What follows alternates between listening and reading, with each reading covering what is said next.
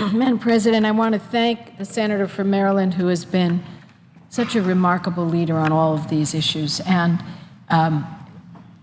we have so much work to do, as she has outlined, and I will add a few specific cases to what she said. But this is the 4-year anniversary of the Lilly Ledbetter law, and we were able to push it forward. And it was the first bill that that President Obama signed in his first term. And I think that said a lot about its importance. And we all now, because Lilly Ledbetter is really pretty well known in the country, we know her story. And you can imagine the feelings that she had when she found out that after all the work she was putting in, that simply because she was a woman, she was getting paid less than the men doing the exact same thing. And yes, thank you to the men who respected Lilly enough to let her know this. She found out there was a note in her locker that just essentially informed her that she was working for way less than they were. And over the course of her lifetime, it was a huge amount of money that made a huge difference. And when Lilly tells the story, you could just see the anguish in her face. And she, of course, went all the way to the Supreme Court in trying to get redress. And finally, the court decided, and they said, you know what, you have a really good case, but you didn't move forward fast enough. You were supposed to come and file this lawsuit much sooner. Well, she didn't know much sooner. She couldn't have filed the lawsuit. And that's what led to our corrective legislation, so that in the future, a woman who has faced pay discrimination will have her day in court and will have the time necessary to proceed with a court case and get justice. The court had said she had to file from the minute the discrimination started, but Lilly didn't know she was being discriminated against until years later. So thank goodness this Congress and the President remedied that. But we have unfinished business, Madam President, and we have a bill called the Paycheck Fairness Act, and I hope that you will get involved in this as well. Because the fact is that women, after all the progress we have made, earn 77 cents for every dollar earned by a man. We women in the Senate, we're fortunate in the sense that that's one battle we don't have to wage, because a senator is a senator is a senator. Imagine if they had a rule that said men senators get this and women senators get that. People would say something is very wrong with this picture, but that's the way it really is on the outside. It's undercover, people don't know about it, but women who do the same job as a man, on average, will make 77 cents less. And you could say 77 cents for every dollar. Well, is that really a lot? Let me tell you, it is a lot. Over a lifetime, it's about $434,000. $434,000 less that she will have at the end of her career. And this pay gap persists across all occupations and income levels. A Bloomberg analysis found that women earned less than their male counterparts in 264 out of 265 major occupation categories. Women earned less than their male counterparts in virtually all of the occupation categories. So the wage gap clearly hurts women, but it also hurts their families. Think about families where the major wage earner is a woman.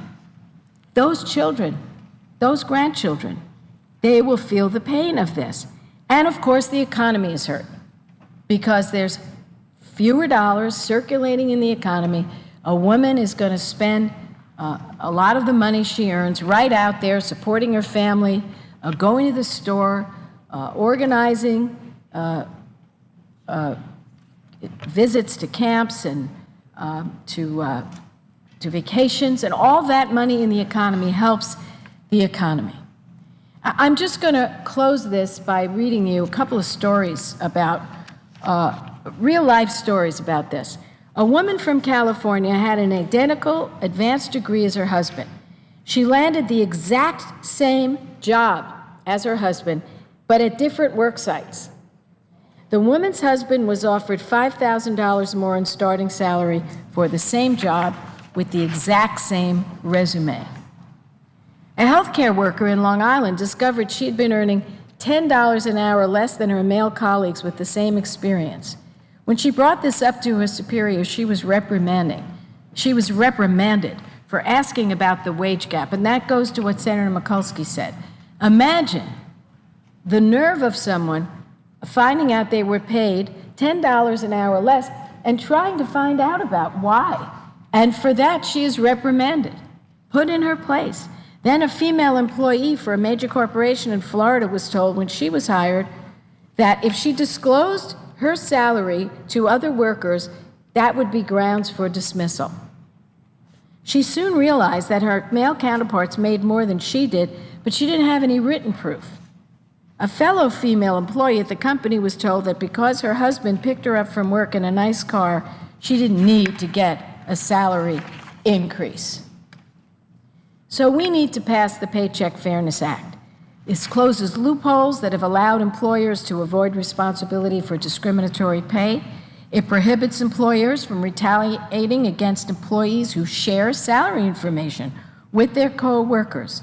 And it puts gender-based discrimination sanctions on equal footing with other forms of wage discrimination, such as race, disability, or age. So women would be eligible for the same remedies available to other victims of discrimination, like punitive damages.